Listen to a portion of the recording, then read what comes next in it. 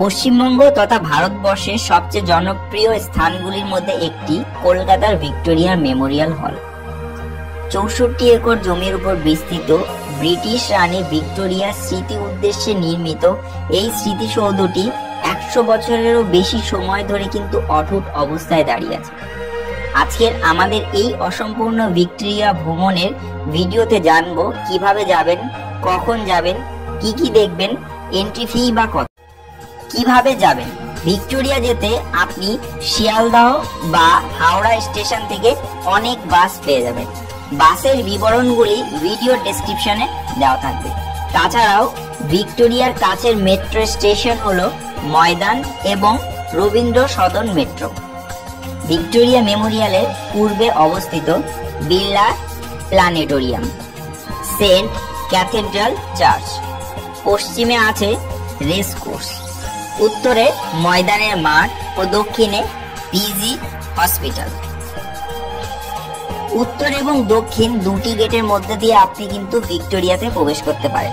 উত্তরের গেটে যেতে হলে আপনাকে নামতে হবে ময়দান মেট্রো স্টেশনে এবং দক্ষিণের গেটে যেতে হলে আপনাকে নামতে হবে রবীন্দ্র সদন মেট্রো স্টেশনে। প্রবেশ মূল্য বাগান ও মিউজিয়ামের ৩০ টাকা এবং শুধু বাগানের ২০ টাকা। বিদেশিদের জন্য প্রবেশ মূল্য ৫০০ টাকা।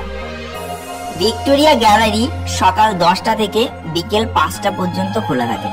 সেখানে সকালে মর্নিং ওয়াকে যাই বলে গার্ডেন কিন্তু সকাল ৫:৩০ থেকে বিকেল ৬টা ১৫ অবধি কিন্তু খোলা থাকে। আর হ্যাঁ, ভিক্টোরিয়া মেমোরিয়াল গ্যালারি কিন্তু সোমবার বন্ধ থাকে। আর দুর্ভাগ্যবশত আমরা সোমবারই ভিক্টোরিয়াতে পৌঁছেছিলাম, তাই গার্ডেনের ভিডিওগ্রাফি করতে পারলেও মিউজিয়ামের ভেতরে কিন্তু কোনো ভিডিওগ্রাফি করতে আমরা পারিনি, তাই এই ভিডিওটি অসম্পূর্ণ। উত্তরের দ্বার বা সিংহদ্বার দিয়ে প্রবেশ করলে সামনেই বিরাজমান পাবেন রানী ভিক্টোরিয়ার কালো পাথরের মূর্তি, আর দক্ষিণ দ্বার দিয়ে প্রবেশ করলে সামনেই দেখতে পাবেন ঘোড়ার উপরে বিরাজমান ইংল্যান্ডের তৎকালীন রাজা এডওয়ার্ড 7 এর মূর্তি। রানী ভিক্টোরিয়ার মৃত্যুর পর ১৯০৬ সালে তৎকালীন ইংল্যান্ডের রাজা জর্জ ৫ ভিক্টোরিয়া মেমোরিয়াল হলের ভিত্তিপ্রস্তর স্থাপন করেন।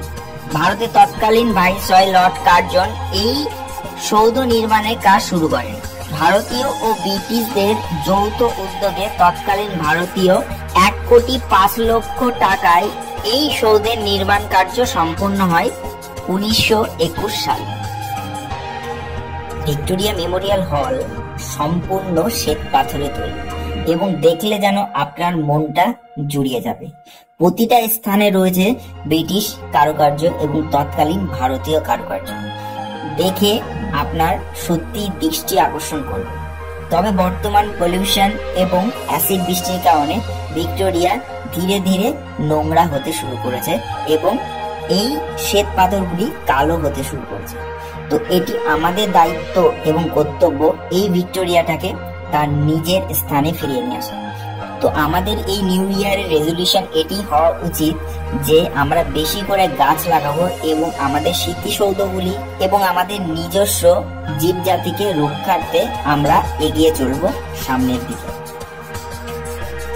ভিক্টোরিয়া মেমোরিয়াল হলের শীর্ষে অবস্থিত ইটালিয়ান ডিজাইনে তৈরি ব্রোঞ্জের পরী, যা হাওয়ার গতি অনুসারে দিক পরিবর্তন করে থাকে।